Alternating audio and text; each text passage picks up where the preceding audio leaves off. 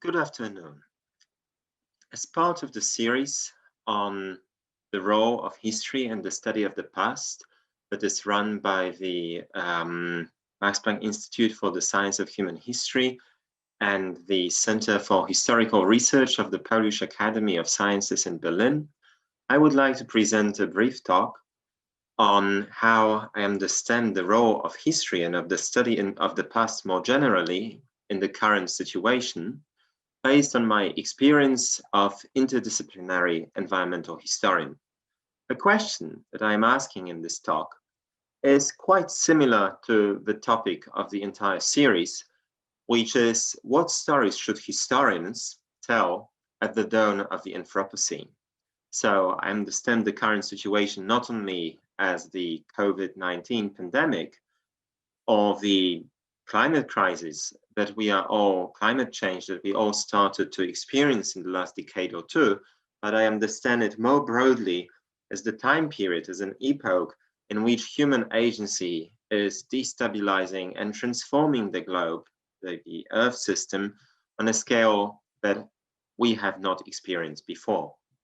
My presentation is a kind of a meditation, an essay, if you wish, providing different answers to the question that I'm asking and presenting two case studies that can help in illustrating the points that I would like to make.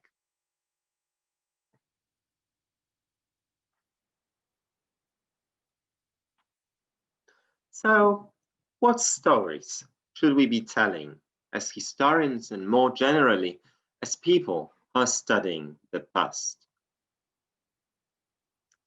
The first set of answers, the first answer to this question has to do with the Anthropocene.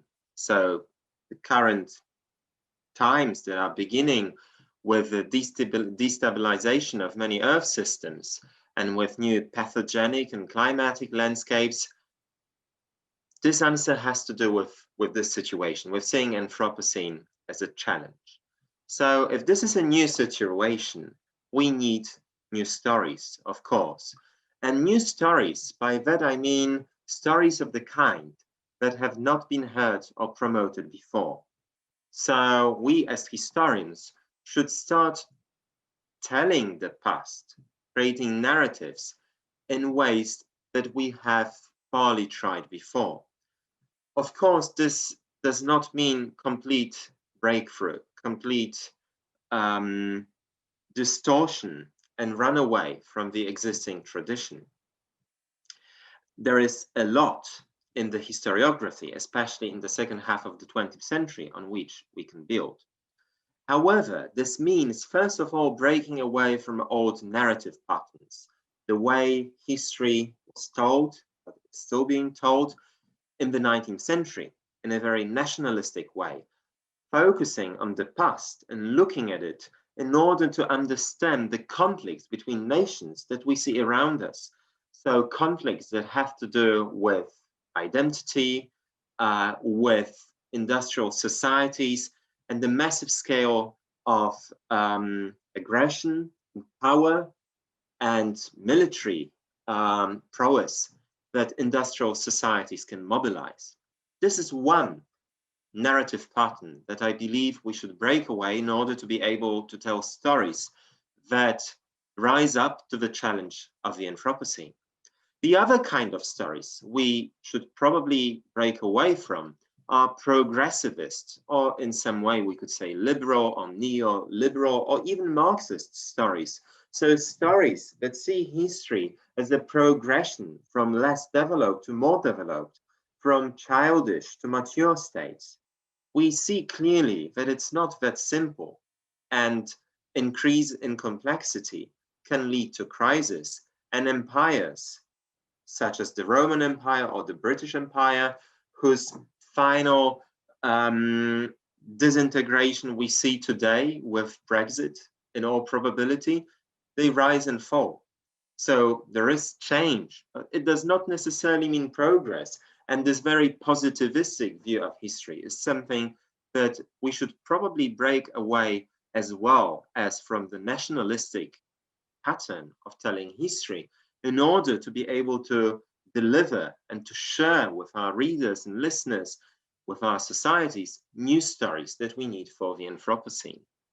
So these new stories should first of all respond to the fears of our times, and not the fears of the First World War of the early 20th century, as much of historiography to date have been doing. So we should respond to the threats aroused by man-made environmental threats, such as the pandemic that we are experiencing right now, or climate changes. So we, as historians, as people studying the past more broadly, so not only historians, but also archaeologists, paleo-environmental scientists, archaeogeneticists, and so on, we should work on creating a new sense of meaning for what we are experiencing today as societies. So we should address these fears and help with stories about the past, help our contemporaries to understand what is going on around us.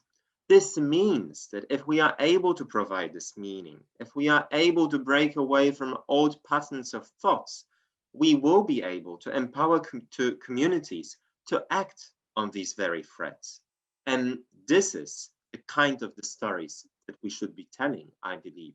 So stories that actively respond to the challenge of the Anthropocene and provide motivation and understanding needed to act and adapt to the Anthropocene. The second group of answers, the second answer to this question of what stories should we be telling right now at the end of the year 2020 are stories that take the Anthropocene as a new viewpoint or a new philosophical stance, if you wish. So these new stories should have new protagonists and they should use new tropes. So they should be structured in a new way, they should be substantially different. And of course, humans will remain at the center of our stories simply because we humans are telling these stories and the story is meant for other humans. So it will still be communication in a human community. However, it does not mean that our stories should be about humans only.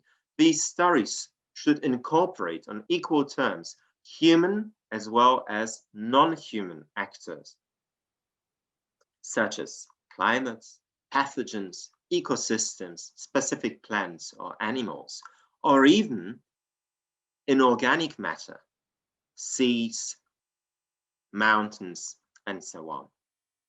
We all belong to networks that are built of humans and non-humans. And exactly because we belong to these networks, we have all the problems that we are experiencing right now, including the COVID pandemic. So our stories should reflect that. And this is, of course, a major epistemological and methodological challenge.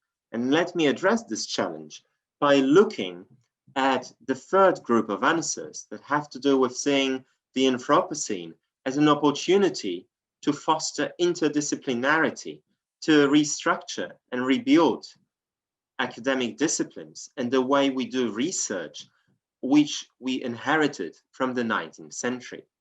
So, to put it very briefly, we need new stories, and these stories should have new protagonists, and thus they need new evidence. What I mean is that if we really want to give voice to nature, we need methods to hear this voice first before we make place for this voice in our narratives, in our stories about the past we share with other humans. The good thing is that these methods exist. We are not starting from scratch. We are building on more than 100 years of research in paleoecology, paleoclimatology, and the paleosciences, so the branches of the natural sciences that work on reconstructing the past of the natural world. So there are these natural sciences that study nature in the past, its variability, and also its agency, the ways in which some natural phenomena influence the other and influence in this way also human communities. This means that we need to incorporate this evidence coming from the natural sciences into our historical narratives that we as humanists develop, so narratives about human experience and human fate. In the end, this is only possible if we break down the humanities sciences barrier and we work on developing more unitary understanding of the world and a more unitary, flexible, you may say, organization of academic disciplines, teaching, and research. We should go out of the disciplinary silos we inherited from the 19th century and work on a division and structuring of the human cognitive, human intellectual adventure, which research and universities are, that are much more appropriate for the times we are living in. Just to give you an idea of what I understand, this is a very schematic and still not complete tree of knowledge that we can imagine for our stories. The roots go into the different archives, the different places, the different parts of the world around us where we can find material to work on as those as scholars or scientists of the past. Human remains, archaeological sites, plant remains, speleothems in caves, lake sediments, written sources preserved in archives and libraries. There is a plethora of archives we can use. And what is important, there is not a single method that we can apply to each of them, but to many of them we can apply several different methods that are able to create meaning out of these remains of the past that we find everywhere around us. We can analyze the elemental structure of these remains through isotope analysis. We can reconstruct DNA in the sediments or in human remains or any other remains you wish. We can do historical synthesis and critical reading, study of ancient, of old texts. We can apply methods of archaeobotany, palynology, geochemistry, and many other paleoecological and geological approaches. We can look at human bones through the lens of physical anthropology. This is the trunk of the tree that leads us to the leaves and fruits that we see at the top. And here we learn about different elements that have to do with human action, production and exchange economy, political stability, but they also have to do with external forcing, such as climate changes that have to do with human interaction with the pathogen world, so epidemics, landscape and ecosystems, as well as human well-being and economic, as well as cultural or biological terms. This is how a more unitary, hybrid, or flexible way of approaching the past could look like. And this leads to many practical challenges. Perhaps the most important of which is the fact that we need new forms of academic writing in order to be able to proceed them to new forms, much more credible and comprehensive than what we have at hand right now, of popular writing about the past. So we need to face different publication cultures, different genres of academic writing that lead to contradictory perspectives on the same problem. So a new way of telling the past in both the academic and the popular context need to be hybrid and, most importantly, inclusive of these different perspectives in order to create a more flexible and holistic understanding of the past. Let me show you my first case study to illustrate the points that I'm making about a hybrid narrative. It's about Poland in the 16th and 17th century AD. Here you see Poland and Lithuania, the Commonwealth, the Republic monarchy at its height at the end of the 16th century. I'm focusing mostly on the region marked in green, which is the Greater Poland, one of the most developed economically regions of the Polish-Lithuanian Commonwealth. What you see here are the grain exports going through Gdańsk, so coming mostly from Greater Poland. It's the top left panel. Underneath, you see population of the core Polish lands. And to the right, you see expansion of agriculture, of cereal cultivation in Greater Poland.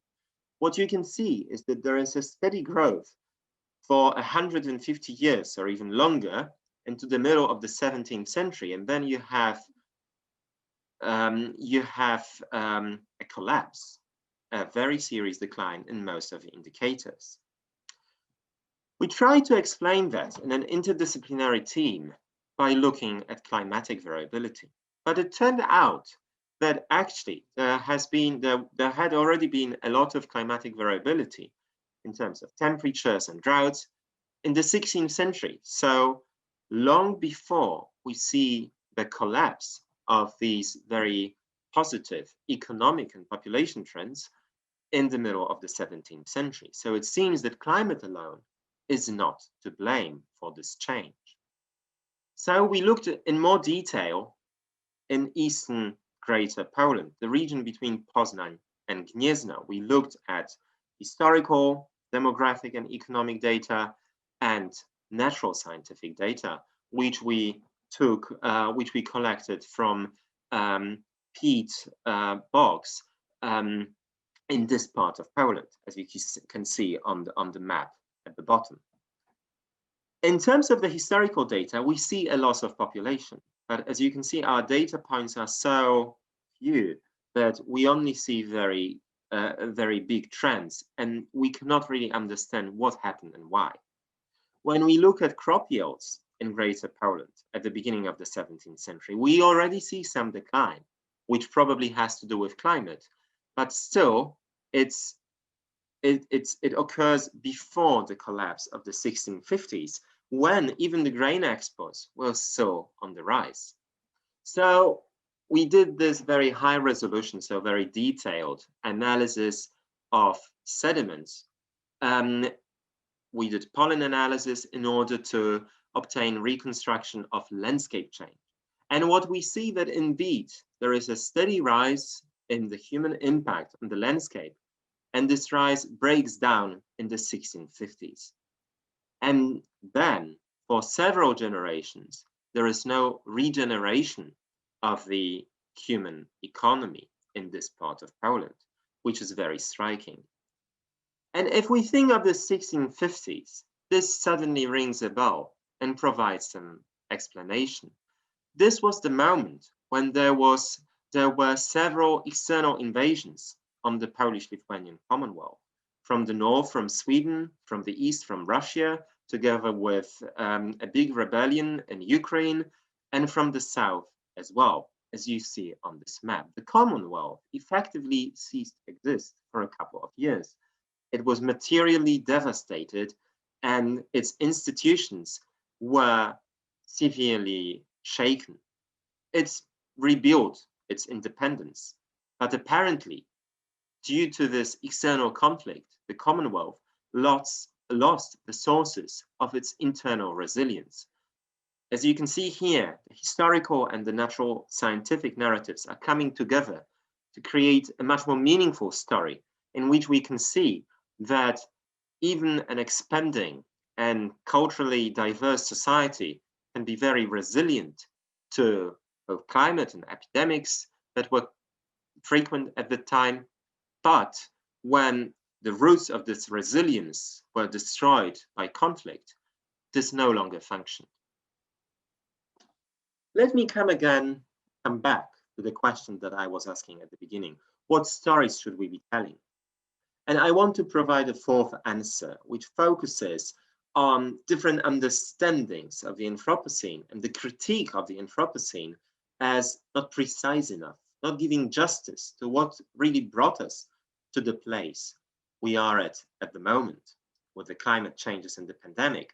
And one of the ways to critique the Anthropocene is to say we actually have a capitalist scene.